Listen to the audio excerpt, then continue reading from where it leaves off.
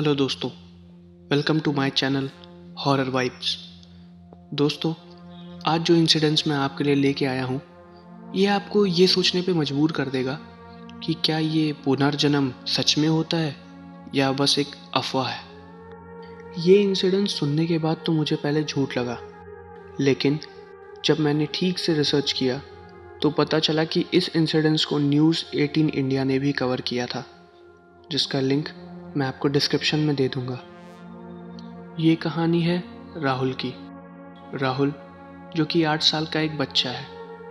आमतौर पे जब बच्चे होश संभालते हैं तो अपनी माँ का नाम लेते हैं, लेकिन राहुल ने होश संभालते ही सबसे पहले अपनी पत्नी का नाम लिया, अपने बच्चों का नाम लिया। ये इंसिडेंस हमसे शेयर किया है राजू गुप्ता जी ने, जो कि कानपुर के रहने वाले हैं। राहुल जब 8 साल का हुआ तो उसने अपनी माँ को अपनी पत्नी शांति के बारे में बताया। उसकी माँ को सुनते ही ये सब बहुत अजीब लगा और उन्होंने तुरंत राहुल के पापा को ये बात बताई। सारी बातें सुनने के बाद राहुल के पापा को लगा कि ये सारी बातें एक छोटे बच्चे के दिमाग में बनी एक मनगढ़ंत कहानी है, और उस बात को उन्होंने नज़रअंदाज कर दिया। कई दिनों तक राहुल ऐसी ही चीज़ें बोलता रहा। एक दिन तंग आके उसके पिताजी ने उससे पूछा कि तुमको ये सब कौन सिखाता है, कहाँ से पता चलती हैं तुमको ये सब बातें। तो राहुल ने जवाब दिया कि मैं आपको सब कुछ बता दूंगा, बस मुझे मेरे परिवार वालों से मिला दो। मेरे परिवार में मेरी एक पत्नी और 4 बच्चे हैं। उसको अपने पुराने घर का एड्रेस भी पता था। उसने अपने पिताजी से बोला कि मुझे वहाँ पे ले चलो। उसके पिताजी जब उसको उस एड्रेस पे लेके गए तो उन्होंने देखा कि वहाँ पे उसकी पत्नी, बच्चे और अन्य परिवार वाले मौजूद थे।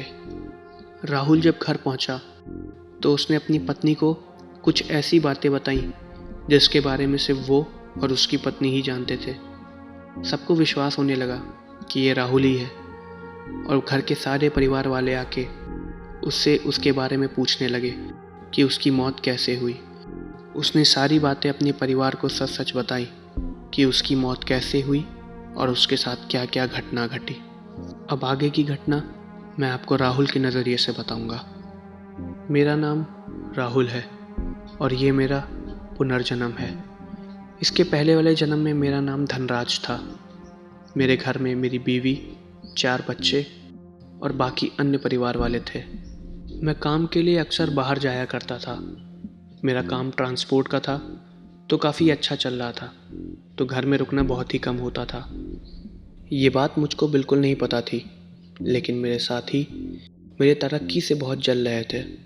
एक बार किसी काम के सिलसिले में हमें बाहर जाना पड़ा। मौका पाकर मेरे साथियों ने मुझे ट्रैक्टर से ढकेल दिया और पीछे आ रही ट्रक ने मुझे कुचल के मार डाला। मैं कब मरा मुझे कुछ एहसास ही नहीं था। कुछ सेकंड बाद मैं अपने बॉडी से बाहर आ गया।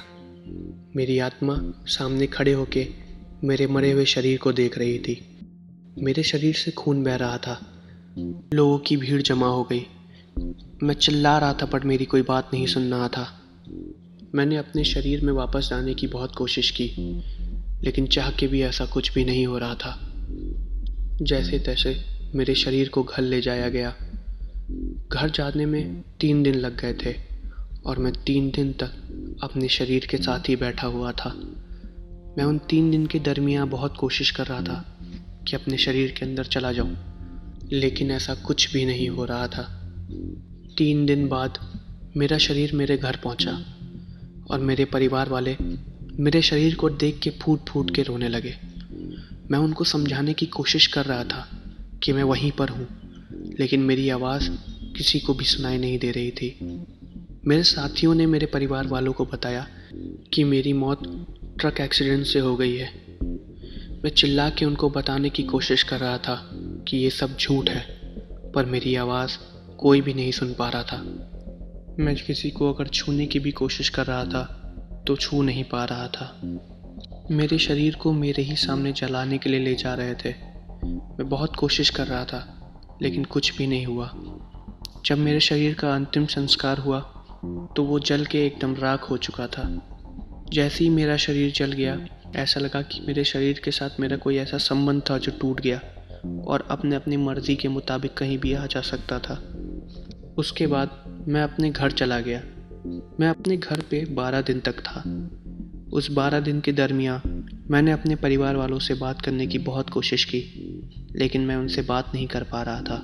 मैं 12 दिन तक अपने घर में भटकता रहा, कभी कमरे में तो कभी किचन में तो कभी छत पे। मेरे घर के सामने एक नीम का पेड़ भी था। मैं उस नीम के पेड़ पर बैठ के अपने परिवार वालों को देखा करता था। कई बार तो लोगों ने महसूस भी किया कि मैं उस पेड़ पे बैठा हुआ हूँ और डर की वजह से वो लोग वहाँ से चले जाते थे। मुझे भूख लगती थी तो मैं अपने घर वालों की थाली से खाना उठा के खाता था। थाली को हाथ लगाते ही मेरा हाथ थाली की दूसरी तरफ चला जाता था, लेकिन जैसे ही मैं हाथ को अपने मुंह पे लगाता मेरा पेट अपने आप भर जाता था। मेरे साथ उस पेड़ पे और भी कई रूहें बैठा करती थीं, 5 रूहें जो भटक रही थी। 12 दिन पूरी होने के बाद एक अजीब सी हवा आई और मुझे ना जाने कहीं पे लेके चली गई।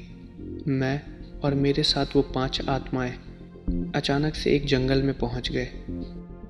उस जंगल में एक अघोरी तांत्रिक रहता था, जिसके कब्जे में ऐसी कई भटकती आत्माएं थीं। उन्होंने हम 5 आत्माओं को अपने कब्जे में कर लिया। कुछ दिन तक हम उसके कब्जे में रहे। फिर कुछ दिन बाद हम वहाँ से निकल गए और वही हवा उठा के हमें फिर किसी पेड़ पे ले गई। हमें जहाँ भी जाना था वो हवा हमें हमारी मर्ज़ी से ले जाती थी।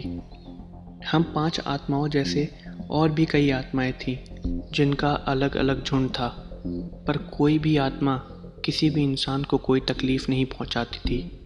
हालांकि इंसानों को हमारे होने का एहसास ज़रूर होता था, तो वो हमारे रास्ते में नहीं आते थे। कुछ दिन तक ऐसे ही चलता रहा। फिर धीरे धीरे करके एक एक आत्मा जिनको मैं जानता था वो अपने आप गायब हो जाती थी। ऐसे ही कुछ दिन तक सारी आत्माएं गायब होने लगी। उसके बाद का मुझे कुछ याद नहीं। अगला एहसास मुझे बस ये याद है कि मेरा अगला जन्म हो चुका था और मैं अपनी माँ के पेट में था। मुझे बस इतना याद है कि जब मैं अपनी माँ के पेट पे था तो उनको किसी तरह की चोट लगी थी, जिसका एहसास मुझे आज तक है। मेरे पैदा होने के बाद कुछ साल तक तो मुझे सब कुछ ठीक लगा। फिर जब मैं 3 से 4 साल का हुआ तो मुझे अजीब अजीब सपने आने लगे और मुझे वो सारी चीज़ें याद आ गईं जो मेरे साथ घटी थी। दोस्तों, ये था मेरे सब्सक्राइबर राजू गुप्ता जी के द्वारा भेजा गया एक इंसिडेंस। जैसा कि मैंने बताया कि इस घटना को न्यूज़ 18 इंडिया ने भी कवर किया था। मैं उसका लिंक आपको डिस्क्रिप्शन में दे दूँगा। अगर आपको वीडियो अच्छी लगी हो तो वीडियो को लाइक और अपने दोस्तों से वीडियो को शेयर ज़रूर करिएगा और चैनल को सब्सक्राइब करके बेल आइकन दबाइएगा, ताकि जब भी मेरी कोई नई वीडियो आए तो आपको सबसे पहले नोटिफिकेशन आ जाए। मिलते हैं अगली वीडियो में, तब तक के लिए अलविदा।